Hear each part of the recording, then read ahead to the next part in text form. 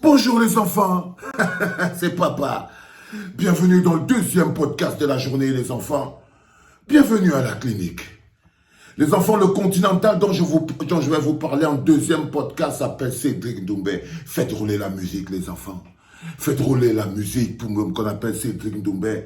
Vous ne le connaissez peut-être pas. Il y a quelque temps, nous-mêmes, on ne le connaissait pas. Avant qu'on nous voit ce Renoir qui pète le feu débarquer dans Paris, débarquer à la télévision à Paris avec la rage de vaincre et l'envie de tout bouffer. Tout le monde s'est arrêté, on a dit, mais c'est qui ce gars? C'est quoi cette rage de vaincre? C'est quoi cette envie de tout bouffer? Parce qu'il avait envie de tout bouffer, Cédric Doumbé. À chaque fois que tu le regardais sur un plateau, tu sentais que ce Renoir, il a envie, il a faim. D'abord, donc, je vais d'abord vous parler du Renoir le plus affamé du MMA français. Il s'appelle Cédric Doumbé. C'est un continental. C'est un continental. Il a débarqué avec sa famine. Aujourd'hui, ce n'est pas la famine qui le motive en ce moment. C'est qu'il a réussi à mettre son baromètre, le baromètre de son compteur up tempo. Up tempo.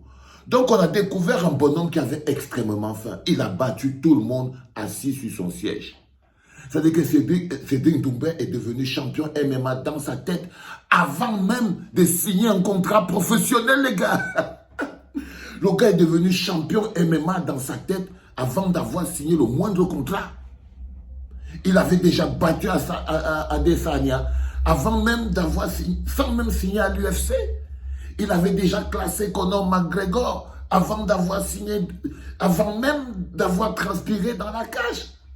Cédric Doumbé, frère, la preuve même que quelqu'un peut avoir l'assurance maximum. Il est un continental qui est sûr de lui. Cédric Doumbé est sûr de lui. C'est la première chose qu'on peut dire. Mentalement, Cédric Doumbé est prêt. Ça aussi, vous ne pouvez pas lui enlever cette assurance. Cédric Doumbé est tellement prêt que même les mecs du PFL sont en train de se chier dessus. Cédric Doumbé est tellement prêt qu'on était prêt à le payer avant qu'il ne se batte. Il a réussi à faire la promotion de son art, de sa personne, de sa capacité, de ses techniques, de son potentiel, sans avoir besoin de quelqu'un. Il a été à lui tout seul une agence de communication. Pour parler de qui? Pour parler de lui, Cédric Doumbé. Il faut être un continental pour réussir à faire cette démarche. Aujourd'hui, toutes les caméras du MMA sont pas seulement dirigées sur Francis Ngannou, mais aussi sur Cédric Doumbé. Parce que les deux ont quelque chose en commun, c'est que Cédric Doumbé a aussi signé au PFL. Comme Francis Ngannou. Cédric Doumbé a aussi signé au PFL, comme Francis Ngannou.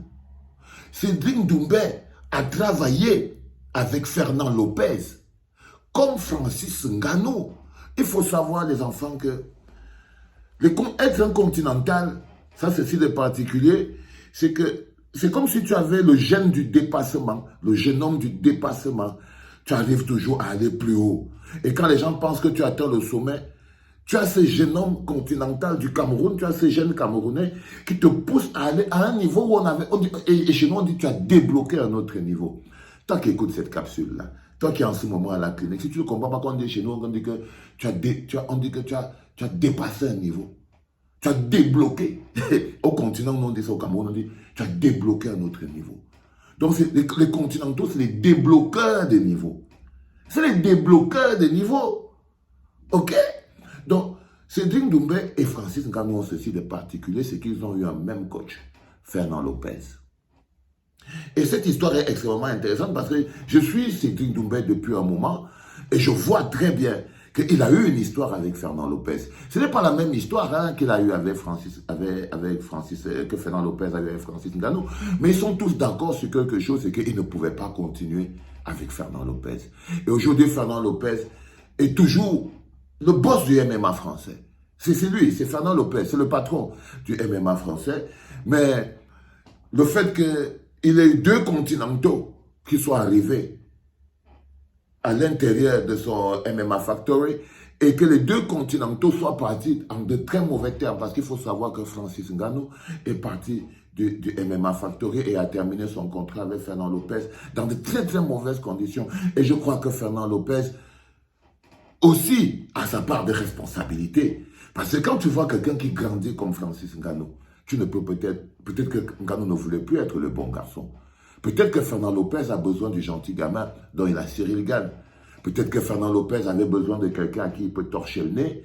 Peut-être que Fernand Lopez avait besoin d'un enfant à papoter. Il voulait toujours être le père de quelqu'un.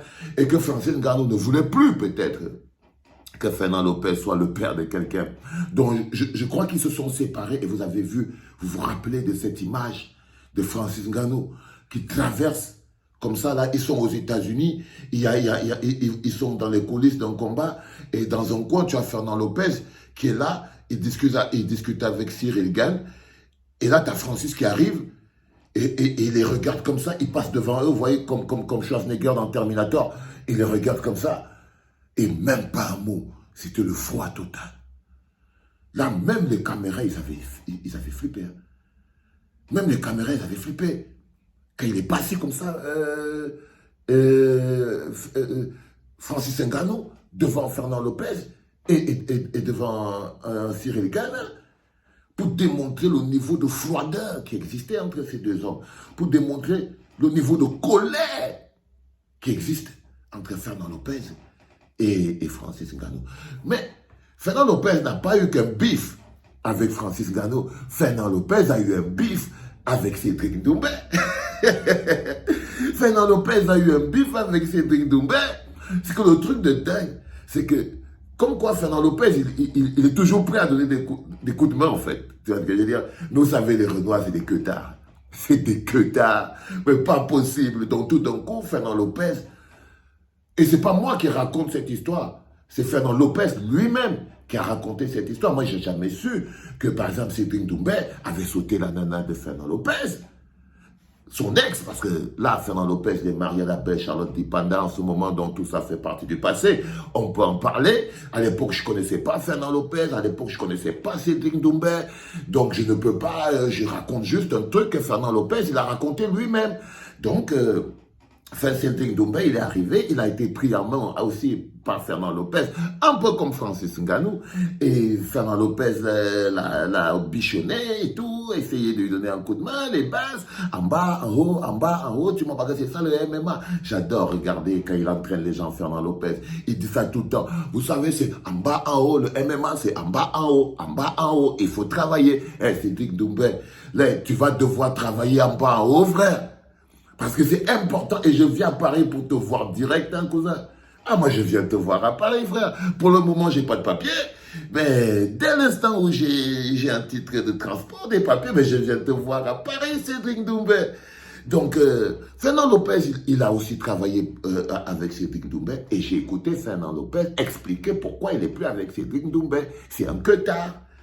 C'est un queutard.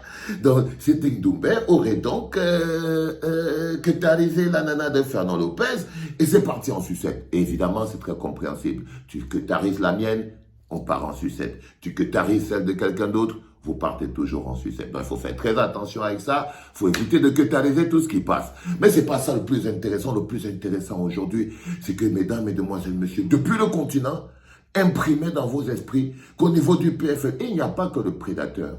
Il y a un autre qui arrive. Et celui-là, on va l'appeler le feu follet. Il avale des éclairs et chie du tonnerre. Il s'appelle Cédric Doumbé. Et je vous promets, les enfants, cette année, PFL, ça va transpirer camerounais, les gars. Je crois que ce ne sera plus le PFL, ce sera la Ligue PFL du Cameroun. Ce sera PFL Cameroun. On va faire PFL Cameroun parce que là, c'est clair qu'une fois qu'il aura tout nettoyé Francis Ngannou et que l'autre aura tout nettoyé Cédric Doumbé, eh ben, c'est la vie, les gars. C'est la vie de les enfants. Pour le deuxième podcast de cette journée, c'était important que nous mettions sur la table ce bonhomme qu'on appelle Cédric Doumbé pour lui dire bienvenue à la clinique, frère. On va te suivre. Ok, frère?